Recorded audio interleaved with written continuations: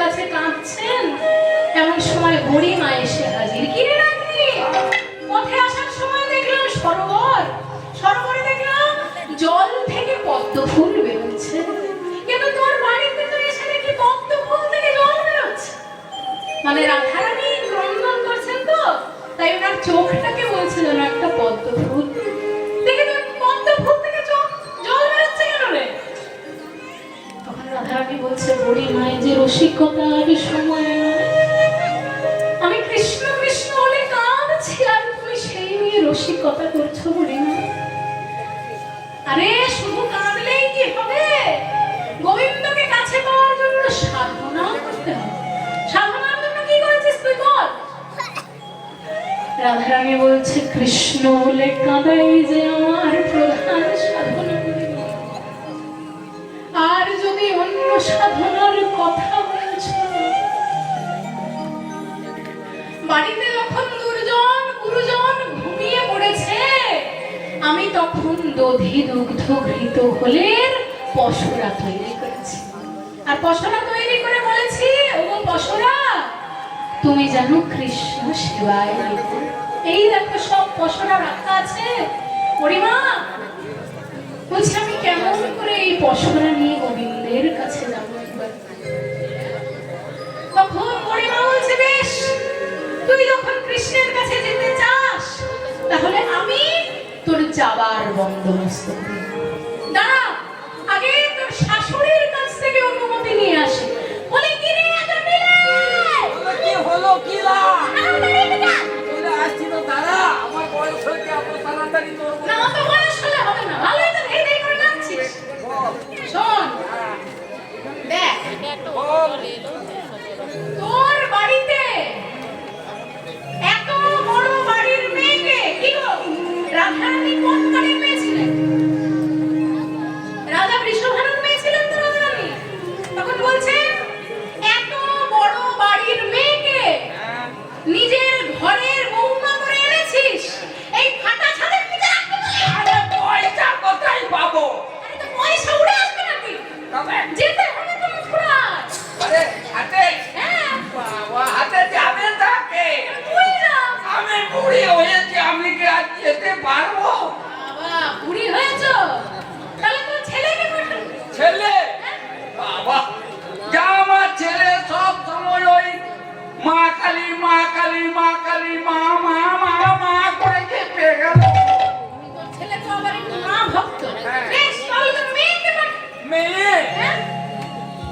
বাবা, এটা মেয়ে গো মা। হ্যাঁ, আচ্ছা, কি হয়েছে? সারাদিনে একবার ঝগড়া না করলে পেটের ভাত হজম হয় না। তাই নাকি? হ্যাঁ, শোন, চল আরো আছে। বল। চুল গাছে চুল লাগিয়ে চুলকে খুলে ফুল গাছের কাটার মধ্যে লাগিয়ে ফুল গাছের সঙ্গে ঝগড়া লাগিয়ে দেয়। ফুলগাছের সঙ্গে ঝগড়া করে? হ্যাঁ, খুব ঝগড়ুটে মেয়ে আমার। তাহলে আমরা কাছে কি আম পাইনা? তাই কখনো হয় নাকি?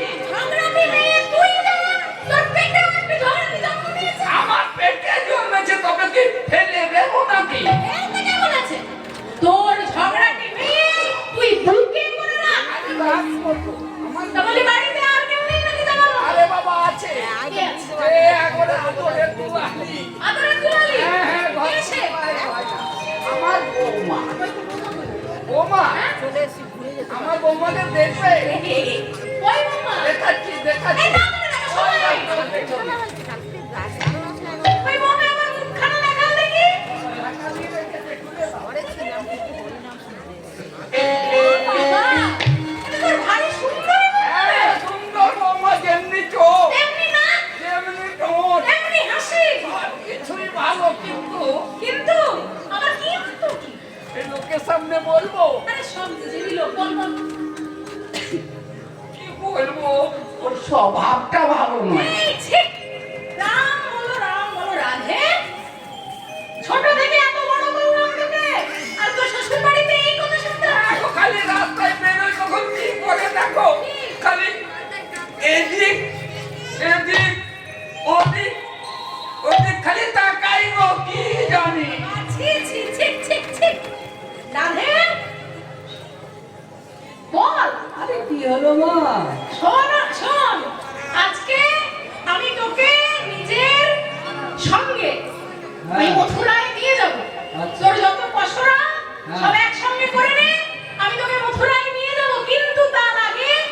মায়ের চরণে ক্ষমা চেয়ে বল যে মা আমি আজকে মথুরায়, তুমি যদি আজকে আমার মথুরায় যেতে দাও আমি অন্য কোনো মানে চাইবই না। বল। মা আমাকে আজকে যদি মথুরার হাটে যেতে দাও তাহলে আর কোনো পানে চাইবো না, শুধু এক পানে চাইবো। বৌমা তোমার এই সুমতি কেন আরো হয়? আমি অনুমতি দিলাম, কিন্তু আমার একটা কথা, নিয়ে যাবে নিয়ে যাও, ভালো জিনিস কিনে দিও, আমাদের এই জাতির ব্যবসা। হ্যাঁ, আর পৃথিবীতে যত সুন্দর জিনিস আছে তার মধ্যে ভালো জিনিস একে কিনে আমাদের ব্যবসাটা শিখিয়ে দিই। বেশ।